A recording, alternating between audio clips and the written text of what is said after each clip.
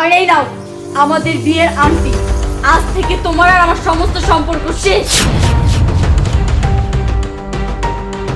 তোর ওই মিথ্যা ভালোবাসা আমাকে দেখিয়ে কোনো লাভ নেই।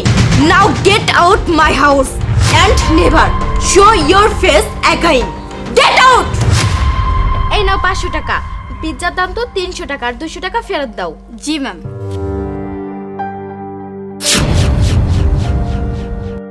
আমি তুলে দিচ্ছি।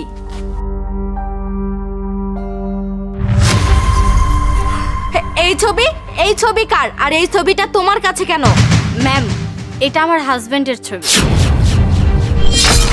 কি? এটা তোমার হাজবেন্ড? হ্যাঁ, আমার হাজবেন্ড। কিন্তু ম্যাম, আপনি এত অবাক হচ্ছেন কেন? কি কাজ করে তোমার হাজবেন্ড? ম্যাম, ও আর্মিতে আছে। গত 2 বছর যাবত ও বাড়িতে আসে না, তাই আমাদের দেখাও হয় না। আচ্ছা, এইটা তোমার হাজবেন্ড তাই না? একটা কাজ করো, তুমি আমার সাথে বাড়ির ভিতরে চলো। কিন্তু কেন ম্যাম? আমি যা বলছি তাই করো, আসো।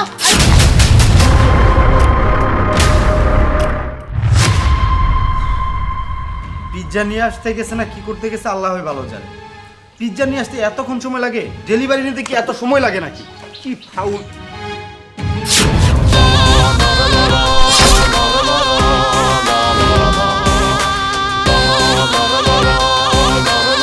কবিতা, এইটাই তো তোমার হাজবেন্ড যে গত 2 বছর যাবত আর্মিতে আছে। রাসেল, তুমি এইখানে কি করছো? তোমার তো বর্ডারে থাকার কথা, তাহলে তুমি এইখানে এই মেয়ের সাথে কি করছো? ও বর্ডারে না, ও গত 2 বছর যাবত আমার বাড়িতে আমার সাথে লিভিং রিলেশনে আছে। ও আমার বয়ফ্রেন্ড হয়, আর আমরা খুব তাড়াতাড়ি বিয়ে করতে চাচ্ছি। রাসেল, এই মেয়েটা কি বলছে? ও মিথ্যা কথা বলছে। এটা স্বপ্ন তাই না? কি হলো, কথা কেন বলছো না? বলো, এটা স্বপ্ন তাই না? ও হ্যালো ম্যাডাম, এইটা কোনো স্বপ্ন না। What is this? এই মেয়েটা এখানে পিৎজার ডেলিভারি দিতে আসছিল।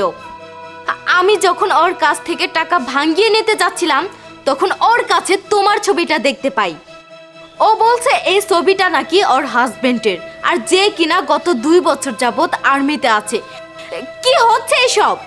রাসেল, কি বলছো এসব? কি হচ্ছে এসব? তার মানে তুমি এতদিন আমাকে ঠকিয়েছো? তুমি আমার জন্মদিনে পর্যন্ত এলে না। তুমি আমাকে বলেছিলে তোমার ডিউটি আছে, আর আমিও কি বোকা, আমি বিশ্বাস করেছিলাম। তুমি কি করে পারলে এটা করতে? কে হয় ও তোমার? কি হলো, কথা কেন বলছো না? ও আমার বয়ফ্রেন্ড। ও তোমাকেও ঠকিয়েছে, আমাকেও ঠকিয়েছে। এবার কিছু বলবে নাকি বুবা হয়ে এইভাবে দাঁড়িয়েই থাকবে? দেখো, তুমি যেহেতু সব কিছু জেনেই গিয়েছো, আমি আর তোমার সাথে মিথ্যা কথা বলবো না। কারণ আমি যদি এখন মিথ্যা কথা বলতে যাই, তাহলে একটা মিথ্যার জন্য আমাকে 100 মিথ্যা সাজাতে হবে। তাই আমি চাচ্ছি তোমাকে সত্যটা বলতে। হ্যাঁ, আমি সত্যিই বিবাহিত। I can't believe this. তাহলে কেন তুমি আমার সাথে ছিলে? কারণ কি জানতে চাও? আসলে আমি অনেক টাকার মালিক হতে চেয়েছিলাম। আমার মন চাইতো সব সময় আমি হাসি উল্লাসে সব সময় বিলাসিতা জীবনযাপন করতাম। আমি অন্যদের মতো ফুর্তি করতে চেয়েছিলাম, যেটা ওর সাথে থাকা অবস্থায় আমি পেতাম না। তাই আমি তোমাকে ভালোবেসেছিলাম। শুন ফরাত, বাড়িতে আমি একদম বিরক্ত হয়ে গেছি। বইয়ের খিটখিট আর আমার ভালো লাগে না। আরে ভাই, 20,000 টাকার বেতনে চাকরি আমার। এই 20,000 টাকা দিয়ে আমি আমার বইয়ের সমস্ত ডিমান্ড কিভাবে পূরণ করি বল? আরে তোর বউ তো এখন ইনকাম করা শুরু করছে, জব করছে তাই না? জব করছে, তারপরেও ওর সমস্ত ডিমান্ড আমার নিজের পূরণ করতে হয়। দেখ ভাই, টাকা তো সবাই ইনকাম করতে চায়, আমিও ইনকাম করতে চাই, কিন্তু সেটা কিভাবে করব সেটা আমি কিছুই বুঝতে পারছি না।